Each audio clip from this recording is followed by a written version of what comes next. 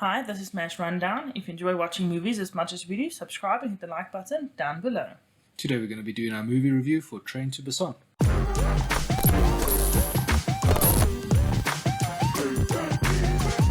So Train to Busan is directed by Yeon Sang-ho. It stars Gong Yoo, Ma Dong-seok, and Kim Soo-ang. In terms of the plot, it's a typical zombie movie. However, it is a South Korean zombie movie. And what makes it really different is the fact that it takes place on a train. The movie focuses on the relationship between the two protagonists. So it's a father, he's a middle-aged man who really works very hard, and his daughter. And it follows their journey to Busan on this train. Train to Busan really looks at responsibility, and mainly responsibility to family, because he's working very hard for his family, but in doing that he ends up not spending a lot of time with his daughter. His wife has left him, they're estranged, living in different cities completely. So it looks at this responsibility one has to their family, and also how do you juggle the responsibility of providing for your family but still being there for your family. What I really liked is that from the start they really do show his caring side, because even though he hasn't been able to get to his daughter's specific recital where she sings the song for him, he still takes the time to actually watch the recording of it as soon as he gets home. So you can see that he cares right from the start. So it's not like he's absent on purpose. He's having this huge conflict between, making time for his daughter, but also making sure that her future is safeguarded and he's able to financially provide for her. And that safeguarding then it translates into a zombie outbreak where he's now responsible for saving her from zombies. There's also a lot of themes of sacrifice throughout this movie, where you have to make sacrifices to save the people you love. It often leaves us feeling quite heartbroken throughout the movie because there's such good character development that when these sacrifices do take place, it's like, oh no. Yes. But I think it was on purpose because they really wanted you to feel, and it was quite an emotional roller coaster because of that. And then make sure you understand the sacrifices are coming up, because there's a lot of foreshadowing. They talk about, the one character talks about it's important for the father to be making sacrifices, and nobody understands the responsibility and the sacrifice that they make. And then he goes and does shortly after that. So it's very Gripping, yeah. And then once again, as a typical disasterish movie, there's a theme of, the best in people and the worst in people. In this movie, there's a lot of best in people because you see a lot of really amazing character development. But in particular, there's one character that brings out the worst in the people around him, and you're kind of rooting for him to die the whole entire movie. Yes. And I must admit, his death was not all too satisfying. Really? It was sad. What? Oh, yes. Okay. So it wasn't that awesome, yes, he's dead, it was, oh. He was definitely more of a villain than the zombies were. He was the main antagonist throughout the movie. And it's weird in a zombie movie, the main antagonist to be a random passenger on the train that also just wants to survive. That's all he wanted to do. But the way he went about it made you really despise the guy. Yeah. So that was quite a change. I enjoyed that. Yes. So let's move on to what was good in the movie. Like, all-round acting was superb and really great. What I also really liked, and I've said this before, is the character development. Because not only was it individual character development, but the relationships between the different characters really developed in a very interesting way that made you really care about every single character and the relationships within those. And, as soon as someone dies, you get really heartbroken because you really like the character. And then you feel for the people that they bonded with as well, because like, oh no, their death has now not only left you feel sad, but also left the characters that they've developed relationships with feel really sad and heartbroken. There was a almost inverse relationship between, as everything was breaking down, the relationship between the main character and his daughter was fixing. So that was very nice to see the contrast between breaking down and coming together. So the destruction of social institutions and then the building up of social relationships. Even at the beginning, he wasn't willing to sacrifice himself or his daughter's safety. He wanted just those two to be safe. Then at the end, he's helping people. He's trying to move forward. There's a lot of growth like that. Like you say, it's awesome. Another huge bonus in this movie for me was the way they depicted the zombies. Yes. They were really interesting. And the very first time you see, we could argue maybe they're not zombies because they're not really undead in the way that a zombie would be. They're more like infected. But the first depiction of that you see is when, right in the beginning, when a truck driver runs over a deer and the deer then gets up and you hear these weird like crackling noises. Yes. And we interpreted the effects of this very differently. So I was thinking more like neurology and how it's some sort of virus that has infected the brain, and how these weird jerky movements and the crackling noises were this depiction of the brain not working properly and your nervous system not functioning properly, and therefore, you know, you get these weird movements because there's this huge infection. And I went for more thematic analysis where it was the crackly, the odd movements, the unnatural movements is showing this is an unnatural beast. Once you're dead, you're dead. You shouldn't keep moving. So to depict this unnatural event of coming back from the dead, you're moving unnaturally and clicking unnaturally. And it's, yeah. Yeah. We saw it very differently. Yes. We'd just like to take this moment to remind you that there is such a thing as zombie deers, and we should be very concerned.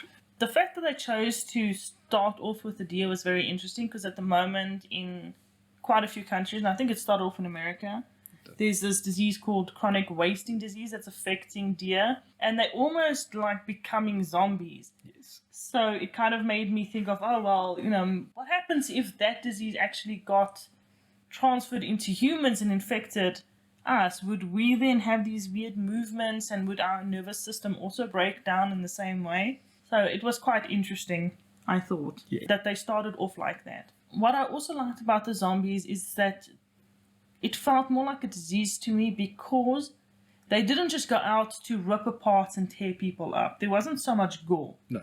It felt like the motivation was more for the disease to be spread. That's why there was all the biting and stuff, not necessarily, oh, I'm a zombie and I must eat meat.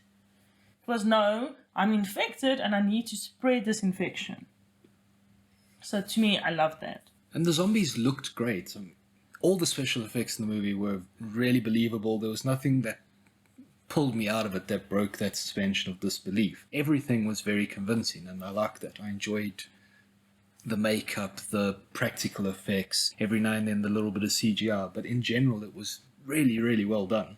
It was awesome. So the choice of shots, it made you feel like you were in the train, a lot of it. It was very intense. You had zombies rushing at the camera. Those type of shots do build the anxiety, and it works very well. And yeah, to good effect. And it was interesting also because some of the shots were also a lot focused on the characters' faces. So you could really almost feel the emotions they were feeling. And at some points it almost felt like it was first person. Yeah. So it really took you along in the journey because of that. And like we keep saying, characters and characters. It's not like this world-spanning World War Z type movie. It was very centralized around these characters, and it's nice to see a movie where you ride along. In some parts of the movie, they do break from the focus on the train and show you a little bit of the effects it's having on the country and the community as a whole. There were certain parts that I really enjoyed because it was like people taking video clips with their cell phones of what's happening. So it felt more modern and realistic because of that. Yes. Because I'm pretty sure people would take out their phones and record a whole bunch of stuff instead of running away. It's pretty much how 60% of the population is dying with their hands out like that. Yeah. This movie was also a little different in the fact that it was very bright. A lot of horror movies are usually very dark and you can barely see what's happening. And I think sometimes it helps with the special effects because it doesn't have to be as amazing because it's so dark anyways you can barely see what's happening. But in this movie, the special effects and stuff really had to be good because the lighting was so bright. And I felt that sometimes the lighting almost gave an additional sense of hope that was quite often snatched away.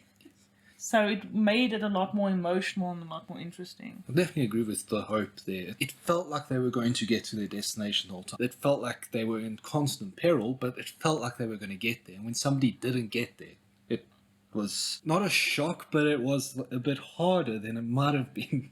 Yeah. And just in terms of subtitles, I think the subtitles were awesome. I didn't feel like I missed out on any of the action or that it was distracting. I think at one point I even forgot that I was reading subtitles because I was so into what was happening in the movie. So they're bad. There was this one scene, and I know you disagree with me, and I think a lot of people are going to disagree with, but it was so cheesy. They wrap up their arms, and nothing against that, that's brilliant, wrap up your arms. But then the three guys go and they tackle a train cart with zombies. And they walk in, the one's got a bat, the one's got a baton, and the other's just punching away. We've seen one zombie take out 4 or 5 people. So, these guys suddenly got hyper-powered and the zombies leveled down a lot. It was very cheesy. It was very over the top. And the movie wasn't cheesy. The movie wasn't really over the top. So it was a bit of a jarring scene for me. And I know I'm probably in the minority here. But at least that didn't last very long because they did make it a lot more smarter. Yes. Bringing in the fact that, the zombies can't see properly. So that was very nice. And how they played along with that theme and used the whole train. So they used the luggage areas, they used the lavatories, they used basically everything to get through, because I think they had to get through 5 carts. Yes. And surprisingly similar to a lot of movies we've been watching lately, I feel like it could have ended 2-3 minutes earlier. The characters are walking into a tunnel, and it's a dark tunnel and they can't see the other end, and it would have been pretty cool if they ended it there, because then it's up in the air.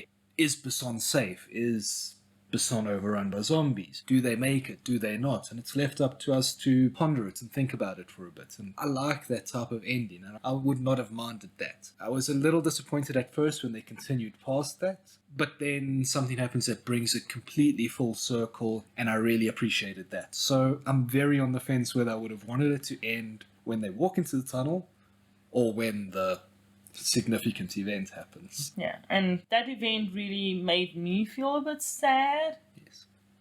But happy at the same time, so it was very conflicting, and I thought the end was very pretty. It was sad, but yes. Perhaps a final criticism in terms of the fact that they used the trope of separation a lot in this movie. Yeah.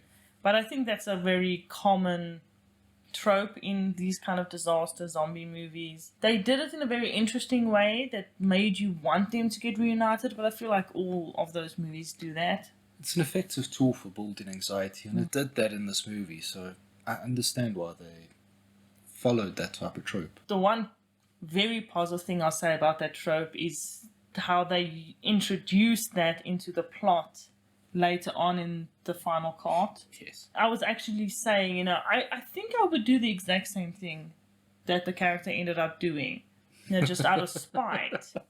And lo and behold, Yeah. it happened and was like, oh, okay, awesome. Maybe I have a bit of a spiteful streak in me, I don't know. But I could understand why the character did it, even though it was an awful thing that the character did.